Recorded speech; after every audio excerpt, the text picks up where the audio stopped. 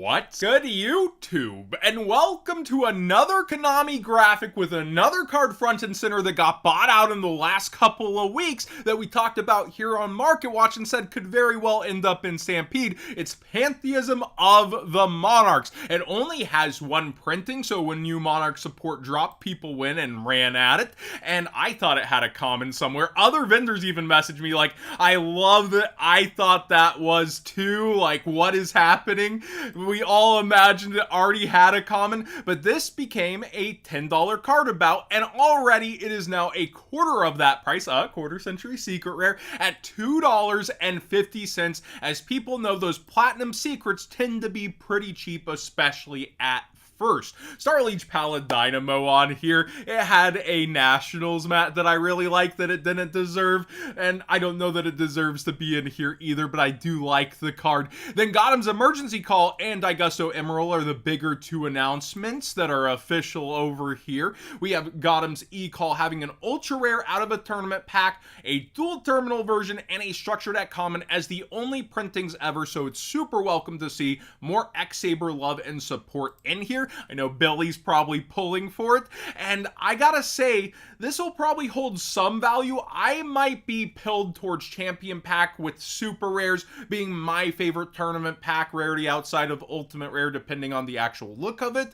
So I want to be a buyer of this long-term personally, but I think there's a lot of fans still of the ultra rare and the old school feel of it versus the new quarter century secret rare, and we'll see how that does long-term in pricing, because Augusto Emerald has new, modern, easy access print versions of the card that are lower rarity than Ultra DT, but I don't think the Ultra DT will necessarily fall off from a quarter century secret rare, and we actually have proof of that with Card Trooper DT getting a huge buyout over time and actual buys into that price of people spending nearly $50 on this card, while there is a quarter century secret rare also getting bought out for it that debuted over in Bonanza. Stampede being the successor, we now have examples of how hard things are to pull, more expectations, people will probably rush at things a little bit faster, so with cards where this will be their definitive highest rarity and supports on the horizon, you might see some faster movement than you would have with the first set, so do consider those when the set debuts and there's pre-sales and then actual sales, and how the set gets chopped up. The biggest winners were the people who actually went for those complete sets, and I thought they were a bit too pricey. Turns out that's where a lot of the biggest money ended up being from the set. But yeah, I do think past versions aren't going to be completely decimated, depending on what they are, by the new quarter century secret rares. Speaking of new support prices go burr that we don't know exist, right? We do have Nouvelles here getting a huge buyout, ultra rare version going up towards $26, and the collector rare also getting bought out. Both were actually very close in price to each other before the buyout, but going way up in price. I wanted to really actually talk about the two recent sets kind of flopping. Maze is the main one I wanted to focus though, because it had a lot of hype on the tournament scene with the Odeon stuff, and I even said I would probably sell into that hype, and it's already back down towards its debut price. It was like $10.80. Now the lowest top rated seller, $10.50 here, and a lot of the front page, the whole front page is $10.80 or lower. So even with all the hype it had going for it, Odeon's right back down there in price for its main man, and then Anubis is still up in price a good degree as well. I think when it comes to this deck, it's got that potential and love versus hype feeling, and the hype is now finally subsiding a good bit. But all of these cards in the set are just falling out so fast, especially for collector rares, for how hard they are to pull. The Starlight rares, I thought Silent Magician level 8 was a banger, a waifu iconic to the game, especially in this art. It's way down, and I stuck to my word. I went for one early. And then 7th, Tachyon here, also falling a bit despite its Searcher likely getting a reprint. I want to say when it comes down to everything with the set, felt like it had a lot going for it, especially as a world premiere set, but it's our first world premiere one that is falling very fast on its face, and it didn't have enough backing from a solid reprint. Perulia's nice to see. Shorting it was very ugly. It's no triple tactics, and then the Starlights, while decent, just don't have the pull, especially with Silent where I thought it did. Doesn't have the pull that it really should to be a main star attraction. One meta card, one good reprint, and then not so much going for it besides a rogue archetype. And a collector rare set, it's not enough when we see it have to have 2 to 3 bangers to even try to break even on the non-world premiere sets. We do see Droll and Lockbird getting a ton of buyouts. Even its Tactical Masters collector rare is getting bought out, despite this card having a prismatic collector rare that is also going up in price right now towards $5 quickly. Its quarter century secret rare is getting bought out, which we hadn't covered either, but I did suggest because we saw the ultimate rare getting bought out. So that was a bit of a self-fulfilling prophecy, and I want to actually bring up a comment on this.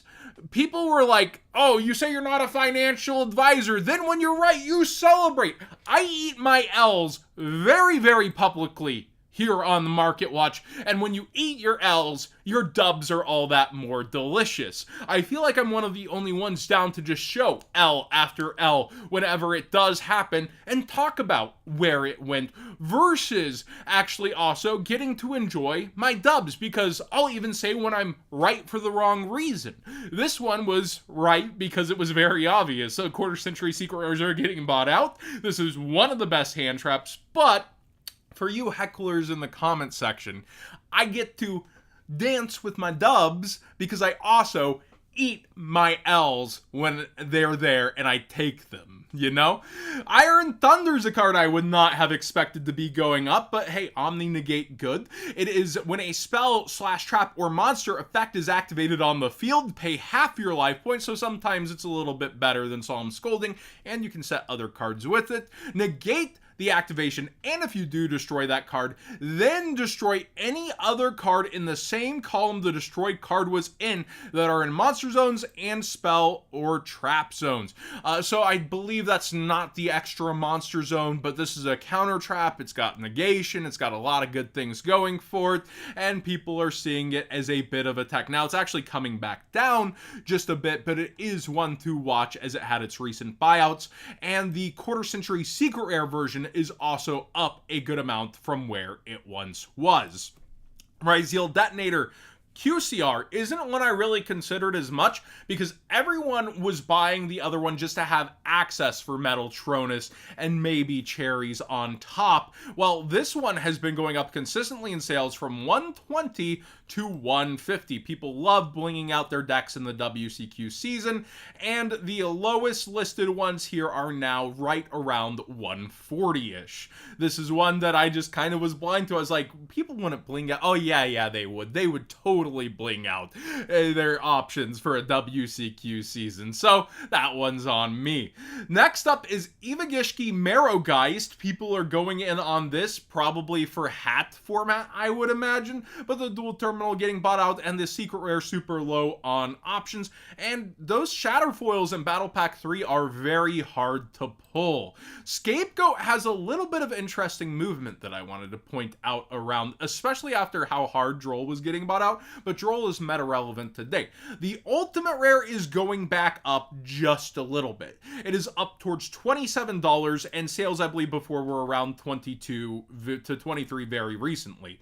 However, other versions that are super hard to pull, they're going down. Look at this collector rare, nothing but down. This is insanely hard to pull. If I was Vinderman, I would probably be getting a few for myself. Not like going in super deep, but like a couple play sets probably, because it's a nice version. I do think it looks okay, especially Europrint for this specific one, but the ultimate rare doesn't look all that good to me with no foiling on the cards and the quality control. Yeah, it's what's going. So yeah, it's not always what looks good, especially since taste is subjective, that ends up going up. Ultimate rare Rageki's been able to. This is, however, something that already has a quarter century secret rare, so unlikely to end up with a reprint in something like Stampede because it was in the tins. So it's not going to have all those competing versions most likely, unless it's one of those prints where it's like, this was iconic to the game, put it in the main set without a QCR, that would get all those different versions. Now, there's also the recent Retro Pack version, which people are very sleeping on, and I like that ultra rare myself. I think the foiling blends with the goats that don't have foiling better than the ulti, but there's that OTS status and people trying to push some life in there, probably.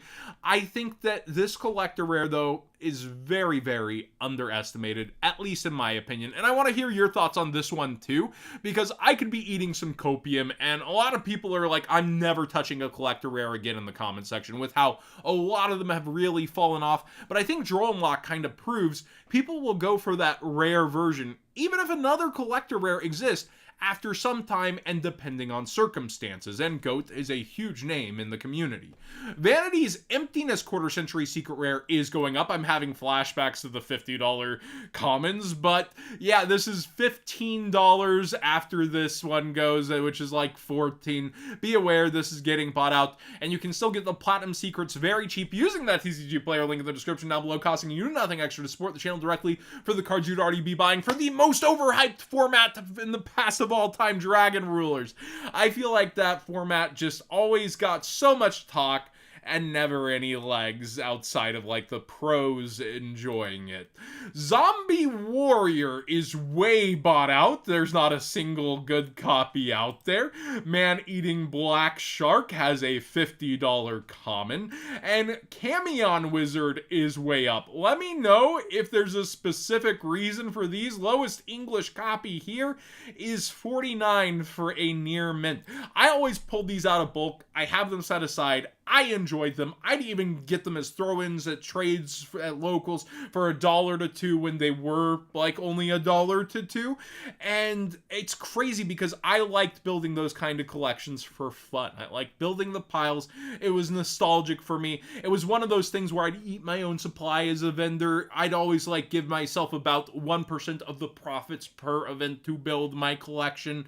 And this was the kind of stuff that I would set aside and save among those things. So it's hilarious to see how crazy it's taken off, but I will warn, if you're even thinking about going towards these, I think they're crazily overinflated. I would have never spent over $20 for any of these ever, and look where Mystical Sand fell after it got a holographic. The holo's less than $1. It's a tenth of $1.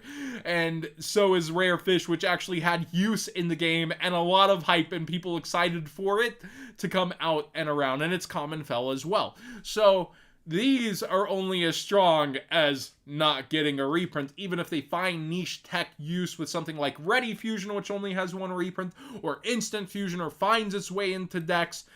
Do be aware that this feels crazily pumped, even past where a collector of them would think about going for them. But that's just me. Some people have more money and like to go with memes than they know what to do with. Thanks for watching today's Market Watch. Please subscribe if you haven't already. Give this video a thumbs up if you enjoy these conversations. I love getting into stuff like this. It's fun for me, especially when I kind of have that personal interest, even though I'm not buying, selling, trading cards for the most part right now. Once in a while, I'll move things very publicly on the Discord in the stream claims room for very cheap versus the market, and this gets tempting to me. Like, these could get reprints some days. I would probably sell mine for 20s and say, yo, go have fun with it.